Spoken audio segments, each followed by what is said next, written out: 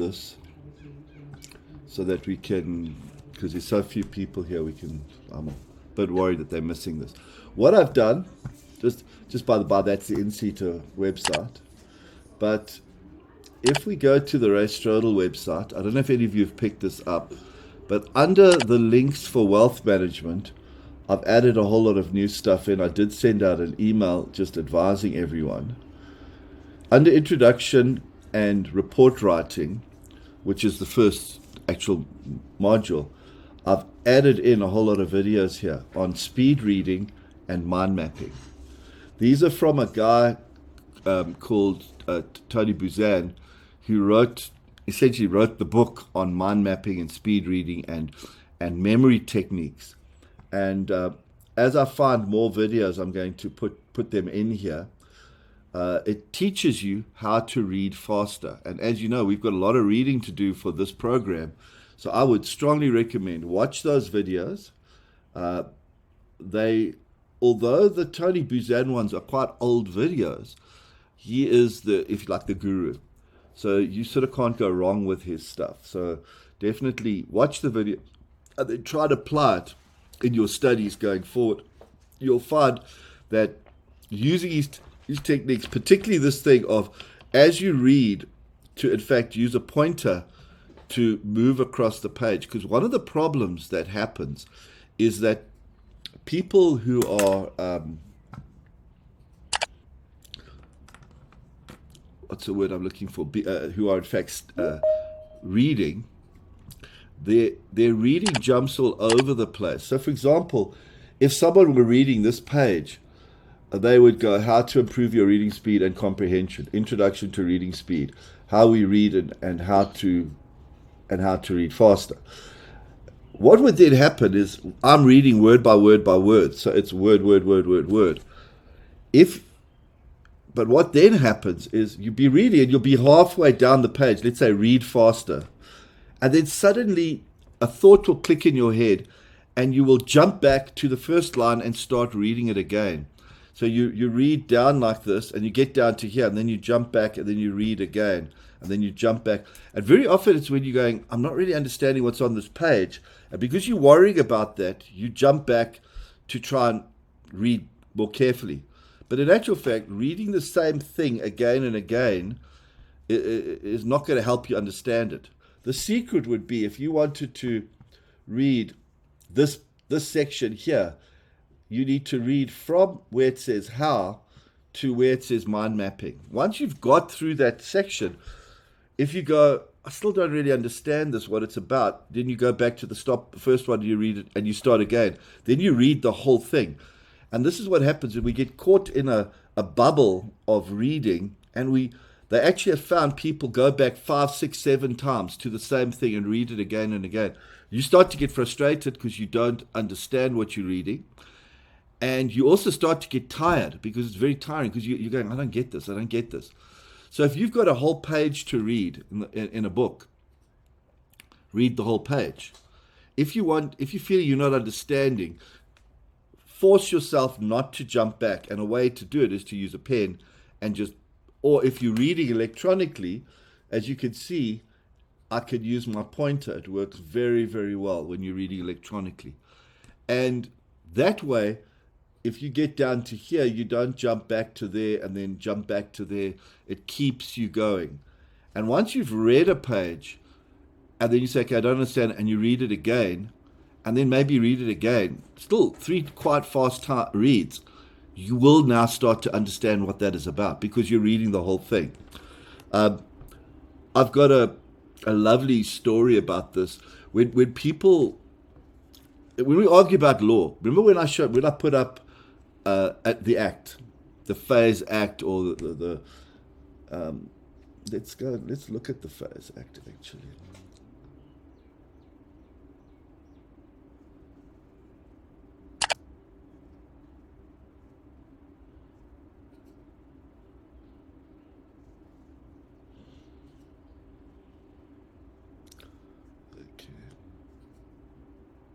Speaker.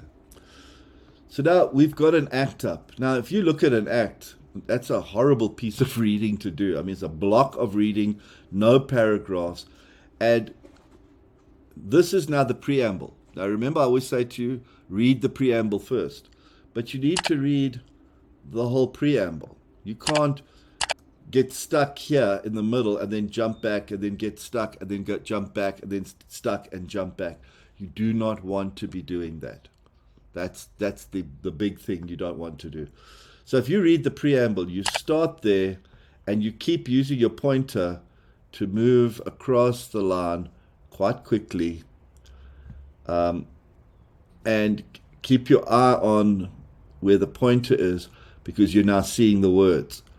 You notice I'm not reading out loud, because if you read out aloud, you slow yourself down to about 120 words. That's how fast you can read verbally.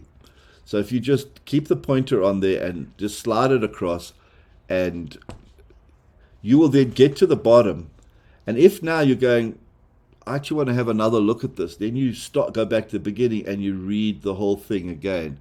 Once you've read through that block of writing, stuff will start to stick in your head and you will start to get an understanding.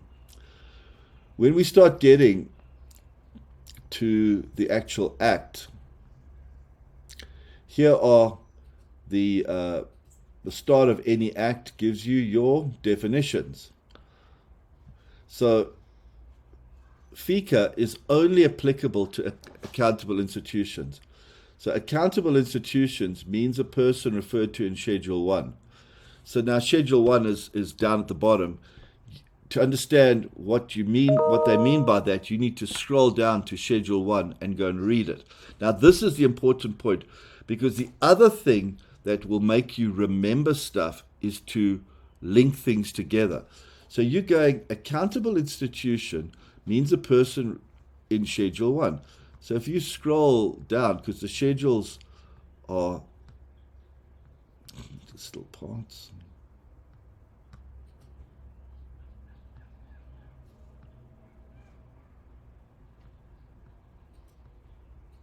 We're going to hit the schedules now.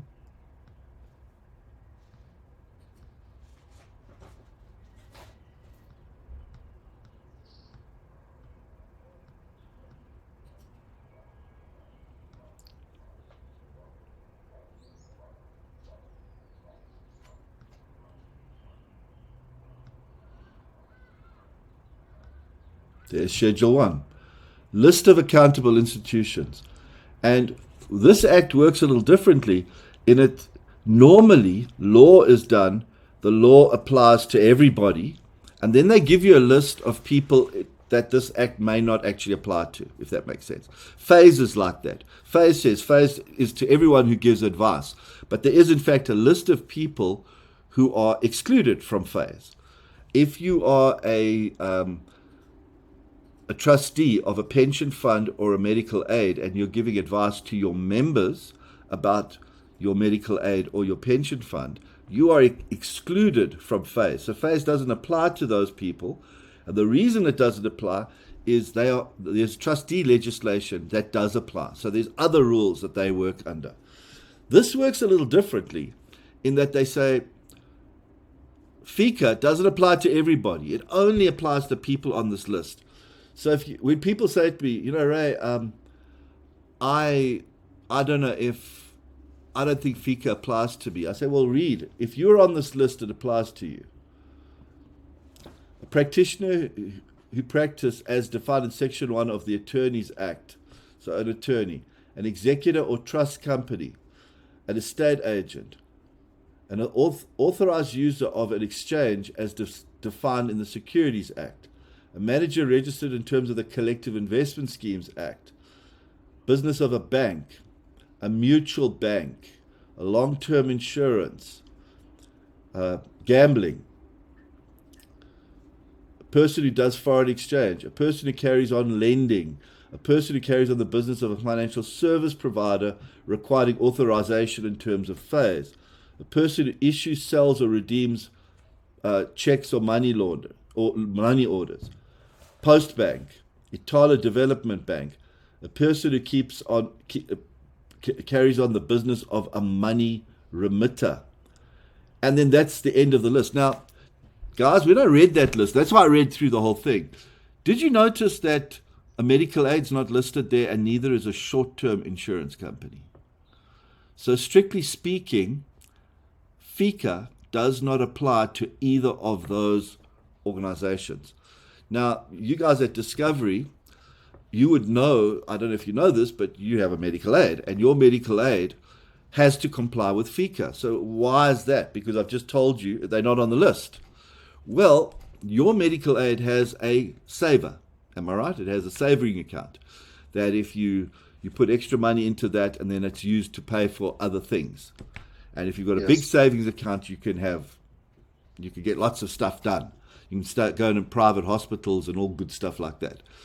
Well, that savings account is essentially either an endowment or it's a savings account with a bank. That was originally when it started. It was actually, I think it was an FNB bank account, a checkbook, a credit card. Now, of course, you've got your own bank. I imagine it would be a Discovery Bank credit card or account. And when the person paid their money into the medical aid would take some of the money and put it into that savings account. And then if they wanted to use that money, that's where the money would come from. So they had to comply with FICA, not because they are a medical aid, but because they sell essentially a savings account. And a savings account was on that list. Does that make sense, guys? So when you're reading, going back to this, let's face it, guys. I mean, I've made you guys, I've said, you guys need to read legislation. You need to read it. You need to read it. Am I right in saying it's some of the most boring stuff you've ever had to read? Am I right? Yes. It's boring. Yes. True. So what you want to do is you don't want to take time reading it. You want to read it quickly. So what I do, if I'm reading an act, I don't lie in bed or lie on the couch and read through it, print a copy. If I were going to print a copy, a printed copy, I would sit here and put it on my desk. I make sure I've got a nice lamp. So I've got light on, like good light on it. And I've got my reading glasses so I can see it. And then I read it as quickly as I can. Do you know what I mean? And I use my pen as a pointer. And if I'm personally now, I don't like printing stuff and reading it in that way. What I do is I've got over there a big screen. It's about that big. So I can make a document really big, and I'll put that document on there, and then I use my mouse to control the pointer, as you can see on the screen, so that I can see what I'm doing, if that makes sense. Are you guys happy? Yes. So guys, my advice is go watch those videos, okay? If you haven't watched them already, go watch them. I'm going to be putting up, I'm searching this. In fact, this weekend, one thing I'm doing is searching for some more videos. I've got, just by the by,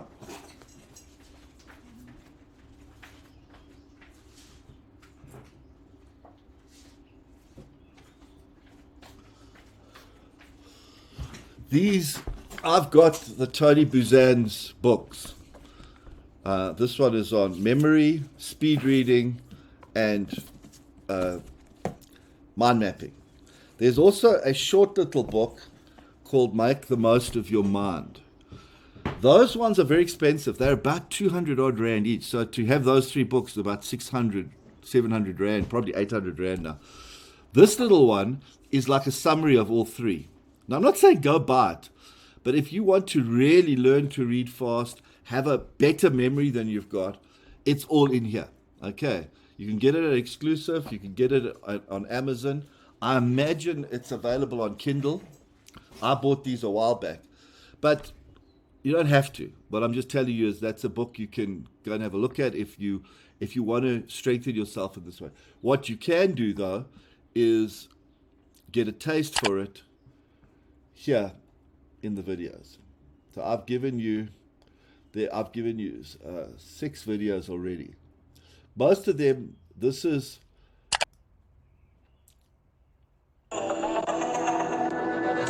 To live is to move, and we never.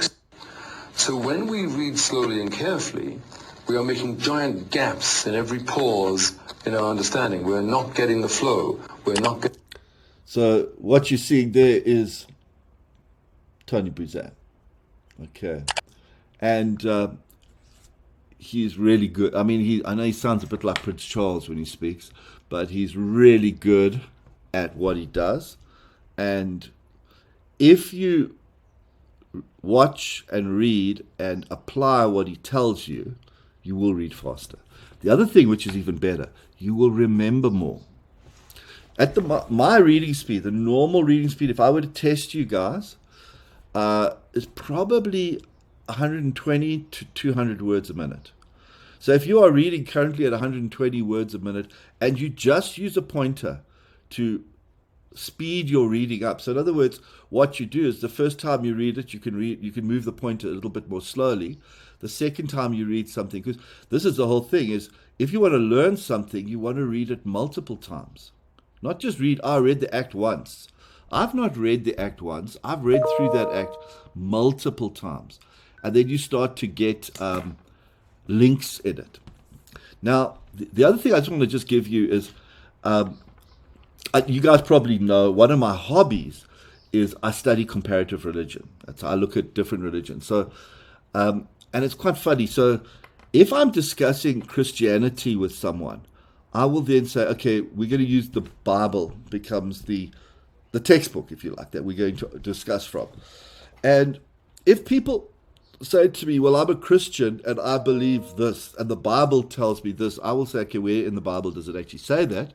Let's go and read it and let's check it. I do the same with legislation. When we're talking law, people say, faith doesn't apply to me because I go, okay, let's go look at the definitions, read the definitions of faith, and see if that actually applies. What you're saying, is it true? In fact, even worse, is it even in the Bible? Is it even in the Act? I've had people tell me that things are in the Phase Act that are not there. I've had people do the same with the Bible. I'll tell you a funny story about it. And this is a thing about reading the whole thing. A few years back, you remember America was going through that thing of that where they were bringing in gay marriage. And a lot of the people, the sort of Donald Trump type supporters, were protesting heavily against this because they were saying it's unchristian and this sort of thing. Now, the whole point of view is, to be honest, gay marriage is not in line with Christian belief. But this one guy had actually tattooed on his arm. He was at a rally, and he had a banner, no gay marriage. And on his arm, he had tattooed from, I think it's Deuteronomy. And it's a section which says, if a man lies with a man, he is an abomination. That's essentially what it said. So he had that tattooed in English on his arm. Now, a friend of mine who is an avid reader, he's actually an author. That's what he does.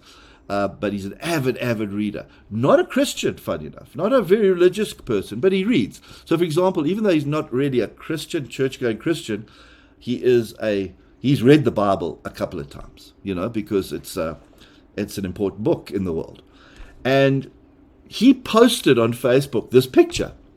And it was so funny because he said, it's a pity that God didn't read a little bit further in, let's say it was Deuteronomy, a little bit further. And I went like, what's he getting at? So being me, I got out my Bible, Deuteronomy, I found that section, and I read the next section that was the next one down. And the next one down basically says, because I don't know if you know this, in the Jewish tradition, tattoos are abomination. You're not allowed to do them.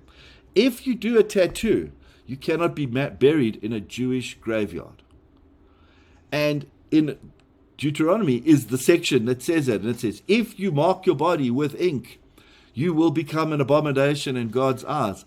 So he was standing, marked in ink on his arm, one thing, but he hadn't read the whole section that he was reading from, which also said you shouldn't mark your body. So he was committing an abomination to fight against another abomination from the Bible. You can't do that. Does that make sense? That's just stupidity. You can't do that in law as well. When you're reading the law, it's no good to read like a section and then take that little section out of context and say, okay, that means we can do this.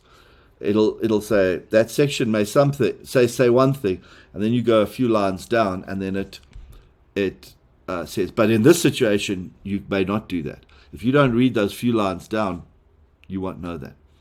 It also will say, this is allowed, but only in terms of Section 11 of the Income Tax Act or Section 11 of the Long-Term Act.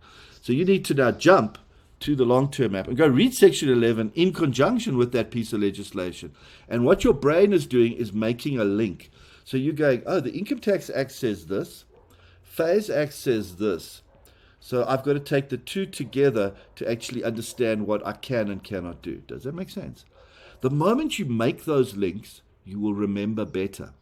So, for example, if you were to think about looking at, and I want you to go and have a little look at this, go and read through the definitions of on the Phase Act. You read through, and right at the top, it says advice is, and it tells you advice is, and then it goes on, if you're doing in terms selling a financial services product. So you read that. Then you go further down. When you get to F, you will see that there is a definition of what is a financial services product with a whole list. So now, the way I'm reading is because I'm reading through this thing. So I read the first one, then I go down. Then I hit financial services product. And I go, I saw financial services product. I may even go back up to advice and go, these two. I'm now creating that link. Here's the financial services product and the definition of it. That it explains that one line word there. Because people say, yeah, but what is a financial services product? Well, Phase tells you very clearly what a financial service product. Then it goes further. When it's defining a financial, it'll say a long-term insurance product in terms of the Long-Term Act. So now if you're going, what is a long-term insurance product? You could go and look at that section of the Long-Term Act to see exactly what they're talking about. Now you've made a third link. This makes the thing that much more powerful. The more links you make, the better. Now I'll tell you quite a fun one. My dad was an Anglican, but he was born in England but brought up in Denmark. And our family home is in Denmark. And he brought home for the family from the family home the family Bible. Now, our family Bible wasn't a Bible with writing in it. It was a Bible made up of what they call woodcuts. They were it's etchings that have been printed. So there were these beautiful pictures. And he taught me the Bible. As quite a youngster, I'd be sitting and he'd go through the Bible and he'd tell me the story of the picture and translate, because at the bottom of each page was what that picture's about from the Bible. Isaiah section 3 or whatever, and he would then translate it. So he'd say that's in Danish. I'd be looking at it in Danish, which I didn't really understand, but he'd then tell me what the picture was about, and he'd translate what's in Danish. Now, when you do something like this with your dad, it makes a warm, fuzzy feeling. There's a lot of emotion. It was like something. It's like, I was small when this happened, and I can remember it so strongly. That instilled in me a love for religion. And as I said to you, I study religion for fun. It sounds crazy, but I do. So now when I go and read a Bible and I get to Isaiah section 1, I get that link of my dad teaching me about the Bible. It makes me feel all warm and fuzzy. And this is one of the powers of memory. The more emotion you feel about the link that you've created, the stronger the link is. And in fact, Tony Buzan, he even says to you, if you're trying to remember something, try and make it funny. Because if you make it funny, your brain will remember it. And they've actually got a whole set of things of how to remember numbers. So if if you look at numbers, 1, 2, 3, 4, 5, 6, 7, they're quite boring, sort of thing. So what he would do is, what he does, he says, okay, make a number into a graphic. And he would actually, if you're in his class, he would make you draw a picture for a 1. So he said, like, people draw a 1, doing that. He said, isn't it like a cliff? So he would draw a 1, but make it look more like a cliff, and you'd have people falling off, like a little man falling off the cliff. 2, he said, what does it look like? He said, it looks a bit like a swan. So he would put a little head on it and draw wings and say 2. Every time you look at 2, you think of a swan because it's really beautiful. 3 was one that I loved because it was a bit rude. He says, what does a 3 look like? Well, if you think of cartoons, it's the way cartoonists often draw a bum. So it's like rude. It's like, ooh, this is rude, and it makes you remember it. A 4 is a boring number. I can't really think of what. Oh yeah, 4. He said, draw a yacht. So it looks like a yacht sail. A 5. So, and the beauty of doing these things, it's no good someone giving you things. It's better if you choose them yourself, if that makes sense. And again, the more, if you can make it a bit funny, and you think of a funny tie-up, it makes it stick in your memory. Now, when we're talking, I'm going to finalize this with phase. I was running a class, and in the class I had 2 people. There was a woman who was with a medical aid, and she said her compliance had told her phase does not apply to her. And I said, why? She said, no, because I sell to groups. So again, I did this thing. I said, okay, well, let's go look at the definition. And if you go and look, it said, advice is selling a financial services product. I said, do you agree with me that a medical aid that you're selling is a financial service product? Yeah, but I sell to groups. Then it went on to say, advice or information about this individually, to groups, on the internet, by any means or medium. So I said, so do you see groups there? So this is saying that if you sell to groups and you sell a medical aid, phase applies to you. Do you agree with me? And she said, oh, good grief. Then there was also another guy at that program who was an MD. He was an MD of a short-term insurance company, and he was very angry because, why have I got to be here? My legal guy told me this doesn't apply to short-term. And again, I said, but why not? Because we are short-term. And it's weird, short-term people, I don't know if you, who are my short-term people here? No, you guys are all funeral guys, so you know. But short-term people think they're quite special. And he said, we're short-term.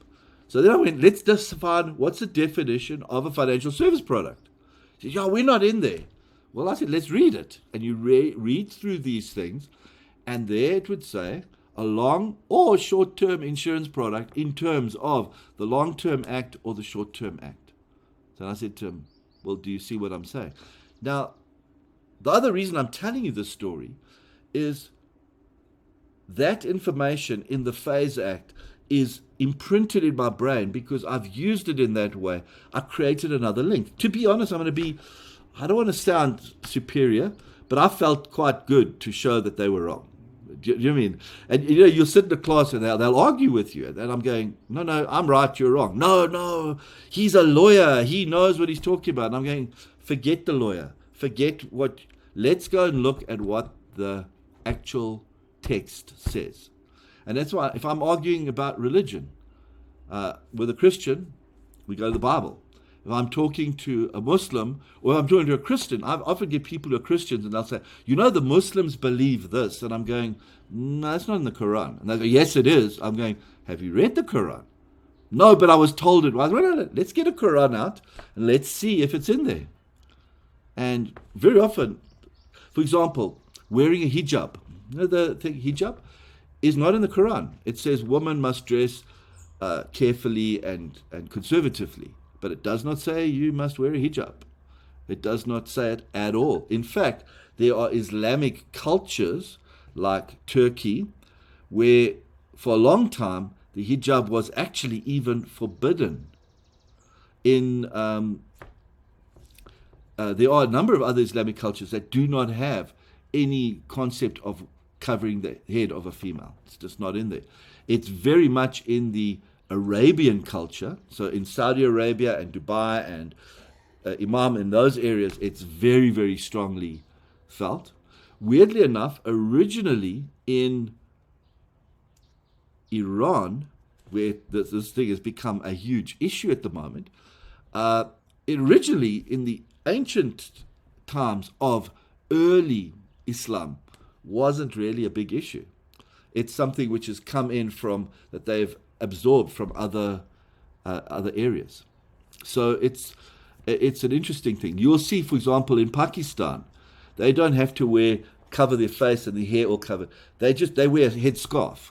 But it's really just, I mean, the Queen used to wear a headscarf that covered a hell of a lot more than is required in terms of Pakistan. So if you were in Pakistan and wore a headscarf like that in Iran or Saudi Arabia, it would not be acceptable.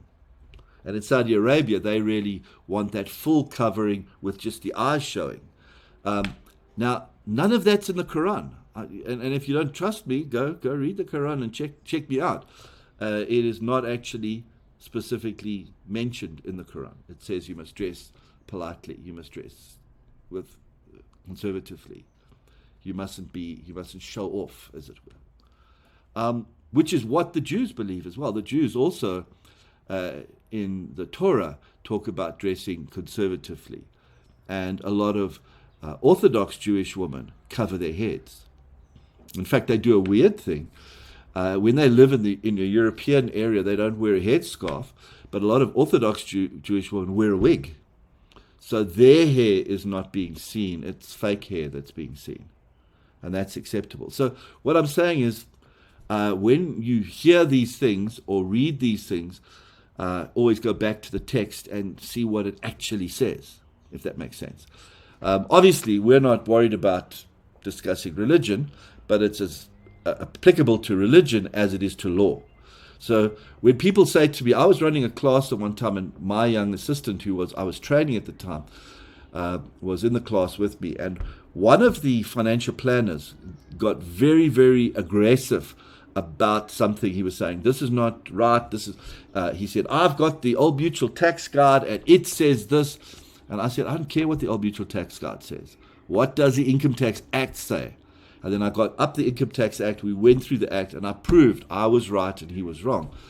And my young assistant, who was quite a gentle soul, came and said, Ray, how can you actually say, I don't care what the Old Mutual Income Tax Act, how can you, it sounds like arrogant. I said, no, I'm not being arrogant. But I'm saying the Income Tax Guide from Old Mutual is an interpretation of the Act. If we're going to check it, we go check the Act. Does it make sense? So that is, and again, to be able to do that, you need to read fast. Okay. Any questions, guys, at this stage?